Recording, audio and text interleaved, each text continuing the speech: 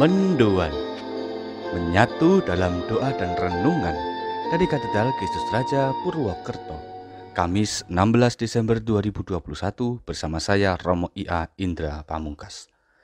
Saudari-saudara, selamat pagi. Apa kabar hari ini? Semoga selalu ada rahmat dan berkat bagi kita. Maka untuk mensyukuri karunia Tuhan itu, kita awali hari ini dengan merenungkan sabda Allah dari Injil Lukas bab 7 ayat 24 sampai dengan 30.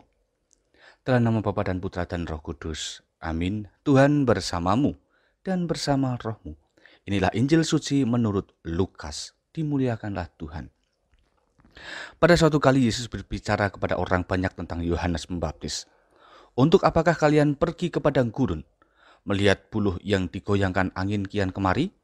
Atau untuk apakah kalian pergi, melihat orang yang berpakaian halus, orang yang berpakaian indah, dan yang hidup mewah, tempatnya di istana raja? Jadi, untuk apakah kalian pergi? Melihat nabi? Benar. Dan aku berkata kepadamu, bahkan lebih daripada nabi. Karena tentang dia ada tertulis, lihatlah, aku menyuruh utusanku mendahului engkau.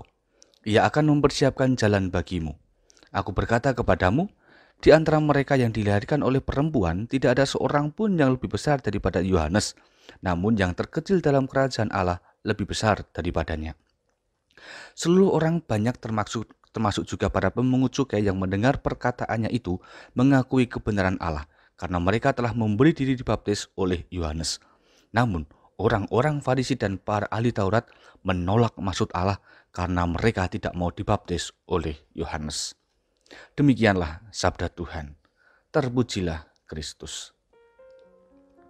Saudari-saudara, pertanyaan yang diulang-ulang oleh Yesus dalam Injil adalah, untuk apakah kalian pergi?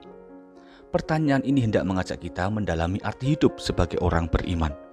Sebenarnya apa yang kita cari selama ini? Pasti jawaban suci dari kita itu kebanyakan adalah, saya hendak mencari kehendak Tuhan. Namun, sebetulnya apakah kita sudah menemukan kehendak Tuhan itu? Benarkah segala keputusan tindakan yang selama ini kita lakukan itu merupakan kehendak Tuhan?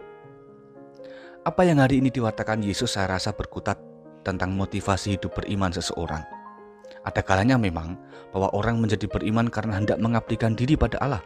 Tetapi tidak sedikit pula yang orientasinya adalah untuk keselamatan sendiri. Hal ini tidak terlalu salah, tetapi kurang bijaksana. Keselamatan itu tidak hanya dianugerahkan kepada kita saja, melainkan kepada banyak orang.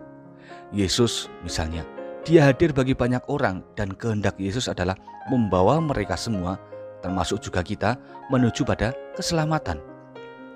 Adalah sosok Yohanes Pembaptis yang bisa kita teladani. Dalam Injil, Yesus mengajak kita melihat kemanusiaan Yohanes Pembaptis sebagai cara untuk semakin beriman. Yohanes adalah pewarta kebenaran. Dia selalu berpihak pada yang benar dan bekerja bagi banyak orang, yakni mengajak mereka bertobat, membaptis mereka, dan tanpa kenal lelah dia mewartakan keselamatan. Kendati banyak tantangan, tetapi Yohanes Pembaptis tetap berada pada pilihannya sebagai nabi. Kemanusiaannya bertumbuh beriringan dengan keteguhan iman akan janji keselamatan. Dia sudah menemukan kehendak Allah, yaitu menggunakan hidupnya sebagai pembuka jalan keselamatan. Saudari-saudara, mari kita refleksikan peran kita masing-masing. Apakah kita sudah seperti Yohanes Pembaptis yang bekerja bagi banyak orang demi keselamatan? Apakah kita juga pada akhirnya mengamini bahwa semakin beriman, maka semakin mempunyai rasa kemanusiaan untuk sesama?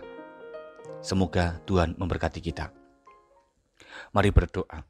Allah Bapa Maha Kasih, kami mohon tanamkanlah semangat perjuangan sebagai alat-Mu. Buatlah kami terbuka pada peran yang Engkau kehendaki atas kami.